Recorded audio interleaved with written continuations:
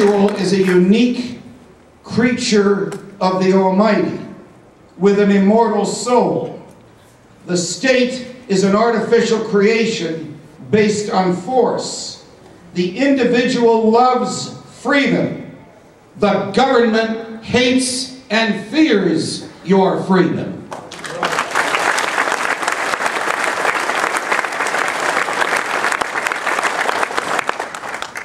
The third of my first animating principles is that government has only one legitimate function, and that is to preserve, protect, and to defend freedom.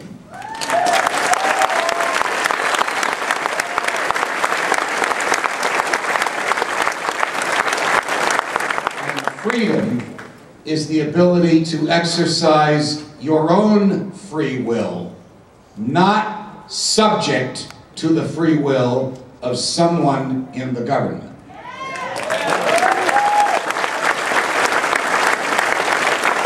Now, these are not academic arguments, though they have been argued many times before. St. Augustine wrote that freedom is written in our hearts. St. Thomas Aquinas wrote that freedom is written in our heads. It's a part of our reason.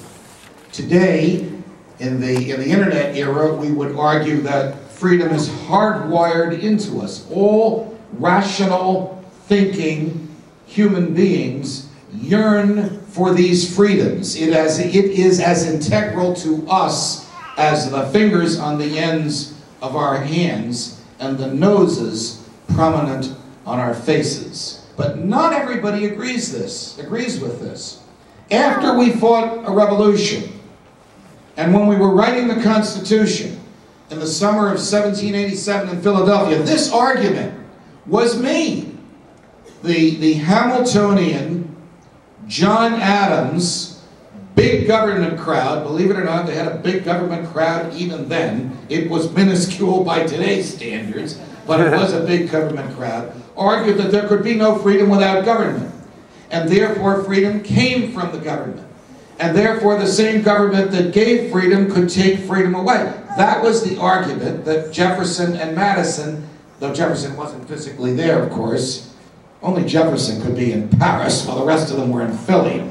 But that was the argument that Jefferson and Madison had to resist. And they, of course, made the natural law, the St. Augustine, the St. Thomas Aquinas, the now Jeffersonian, the now freedom-loving, the now Ron Paul argument that freedom comes from our humanity. It has nothing to do with the government. Government doesn't give freedom. Government's job is to protect freedom.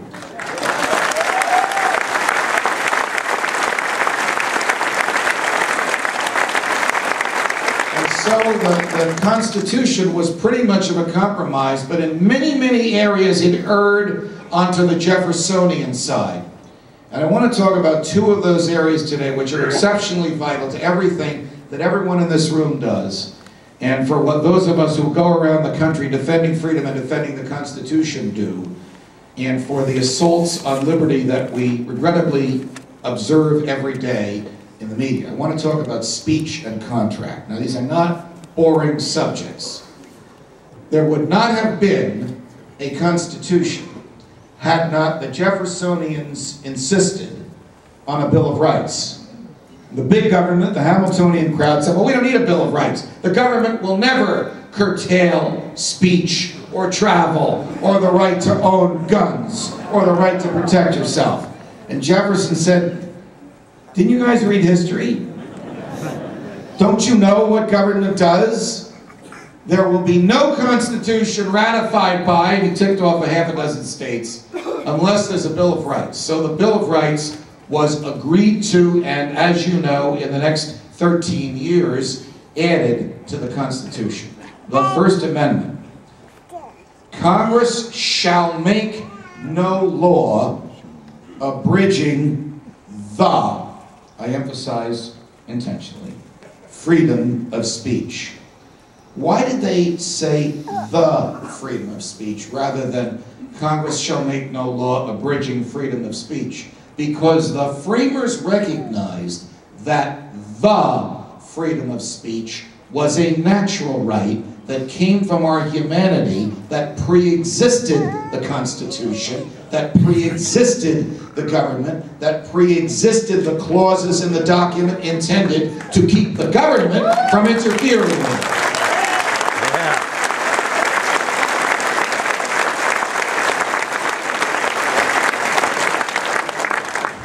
So if the freedom of speech is older than the country itself, the scholars would call it a pre-political right, a right that we all have by virtue of our humanity. The Constitution doesn't grant it. The Constitution just says to the government, thou shalt leave it alone. And everybody in the government, from a teacher to the governor, from a janitor to the president, takes an oath to uphold the Constitution. If you look at their behavior today, our featured speaker tonight and his colleagues in the Congress to the contrary, you would think that the people in the government hadn't even read the Constitution. Probably haven't.